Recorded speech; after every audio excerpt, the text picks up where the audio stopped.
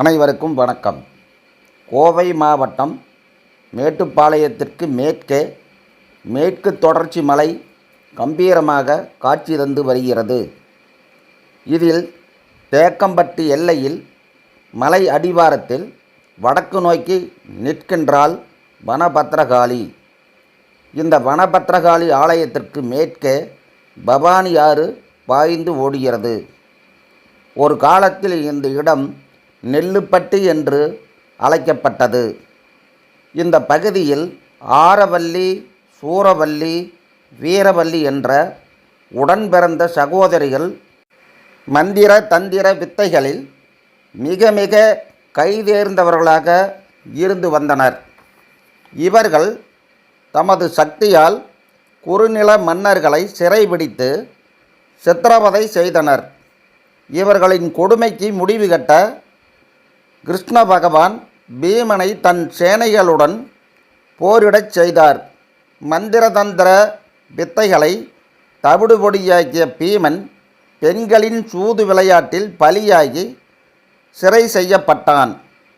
மாயக்கண்ணனின் உதவியால் சிறையிலிருந்து வெளியேறிய பீமன் 3 பெண்களையும் அழிக்க பத்ரகாளியின் அருள் வேண்டினான்.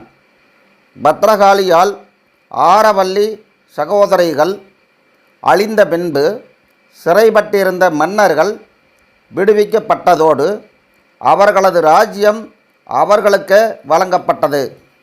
இத்தகைய நல்ல மாற்றம் வர காரணமாக இருந்த பத்ரகாளி அம்மனை அப்பகுதி மக்கள் தெய்வமாக்கி வழிபடுகின்றனர். இப்போதும் வழிபட்டு வருகின்றனர். இவளே வனபத்ரகாளி ஆவாள். இங்குதான் பீமன் பகாசுரனை கொன்றார். பகாசுரன் அழிய பத்ரகாளி பலியும் கற்பித்தாள். எனவே பகாசுரன் அழிந்தான். பகாசுரன் இறக்கும்போது காவலாக இருப்பதாகவும் உனக்கு அளிக்கப்படும் பலிகளை தான் ஏற்பதாகவும் வரம் கேட்டான். அவ்விதமே காளியும் வரம் தந்தாள்.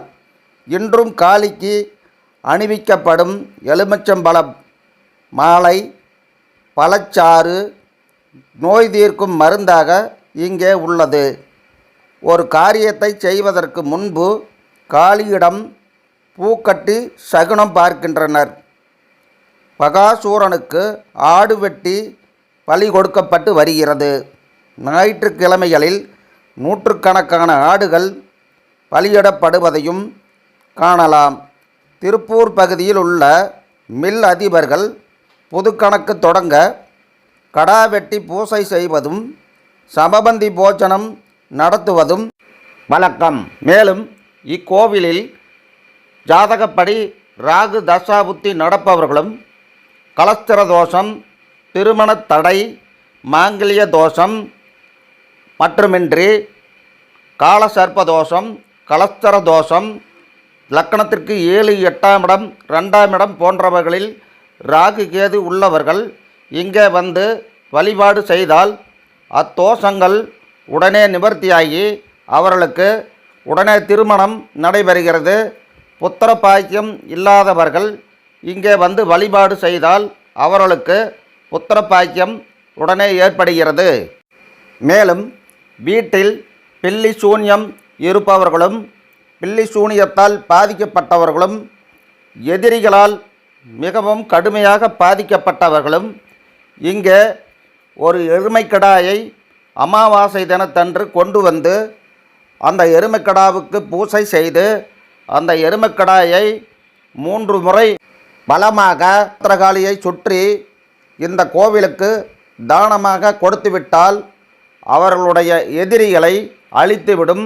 அதே மாதிரி அவர்கள் வீட்டிலுள்ள பில்லி சூனியங்கள் அகன்று அவர்கள் நல்ல வாழ்க்கையை வாழ்வார்கள் என்பது கண்கூடாக கண்ட காட்சியாகும். எனவே இந்த பதிவு தங்களுக்கு உபயோகமானதாக இருக்கும் என நான் நினைக்கிறேன். பிடித்திருந்தால் லைக் பண்ணுங்கள், ஷேர் பண்ணுங்கள், கமெண்ட் பண்ணுங்கள். அடுத்த பதிவில் விரைவில் சந்திக்கிறேன். நன்றி, வணக்கம்.